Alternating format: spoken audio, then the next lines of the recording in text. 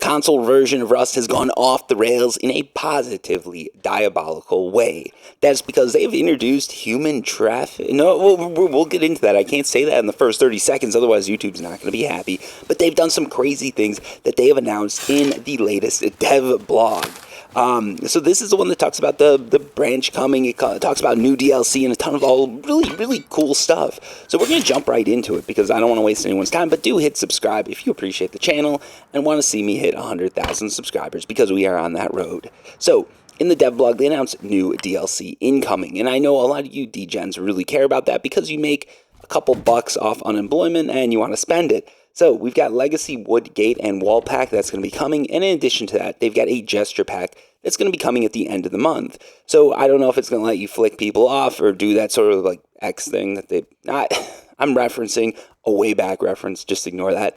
But they said that they're going to include a rock, paper, scissors minigame. So 8 new gestures, you can guess what 3 of them are. Rock, paper, and scissors. And we'll see what else comes with it, but they've got a new Gesture Pack incoming. That's not what really matters, though, because the public test branch is launching soon. So it's going to be launching this coming month. You're going to be able to get on the public test branch and test out these new features. And these new features are likely coming out in another month. So this isn't the August release. This would be the September release. But here we go. We got modular vehicles, the Junkyard Monument, smoother roads, dynamic NPC vendor prices, which is sort of cool. We got motorbikes, pedal bikes, and then the thing that you've probably been waiting for, handcuffs and the prisoner hood.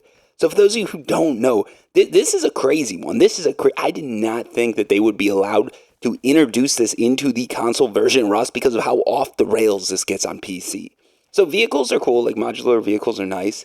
But the handcuffs and the prisoner hood, what you do is you can put the hood over someone and then they can't see, right? Then you put the handcuffs on and now all of a sudden they're locked in. They can't alt F, they can't kill them. They can't unalive themselves and respawn. They're stuck there. And what people are using this to do is they're using this to create brothels with slaves. Like, you get where we're going with this. And they're putting this into the console version of Rust, which is off the rails. And I feel like they're going to have to ban people for doing this, but we'll see how it goes.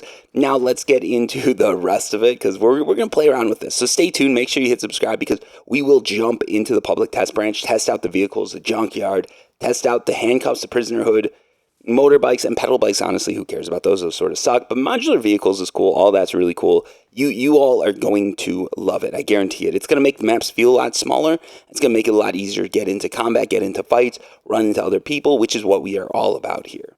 Now, your concerns and our focus. This is part of the dev blog. I'm going to read it out because it's important. We know there are some few lingering issues that some of you have been dealing with. One of the main ones right now is the missing dark Camo AK skin from player inventories, along with some missing coins and negative coin balances when switching between versions. The good news is the missing AK skin should be fixed with the bug fix upcoming to the main branch at the end of this month. As for the coin balance issues, the team is actively investigating alongside the platform teams. These things take time because we want to make sure no one gets left out and that everyone is properly sorted. We have seen the feedback around vehicles and map sizes. While bigger maps are not coming just yet, this is something we would love to explore in the future. Our testing starts on larger map. Once testing starts on larger map configurations, we'll be sure to share more. And what I'll say to that is, if you want larger maps, you're sort of wrong. You want larger maps and more players because otherwise it's going to feel way too empty.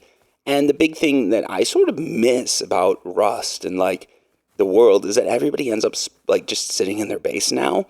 The bigger the maps, the more people are going to do that. With vehicles, it's going to make things feel smaller. Let's not make them feel bigger again. Let's let this stand. Anyways, that is a dev blog. This is a quick one because I've got to go do some things and I've got to throw this video together real quick. So until next time, peace.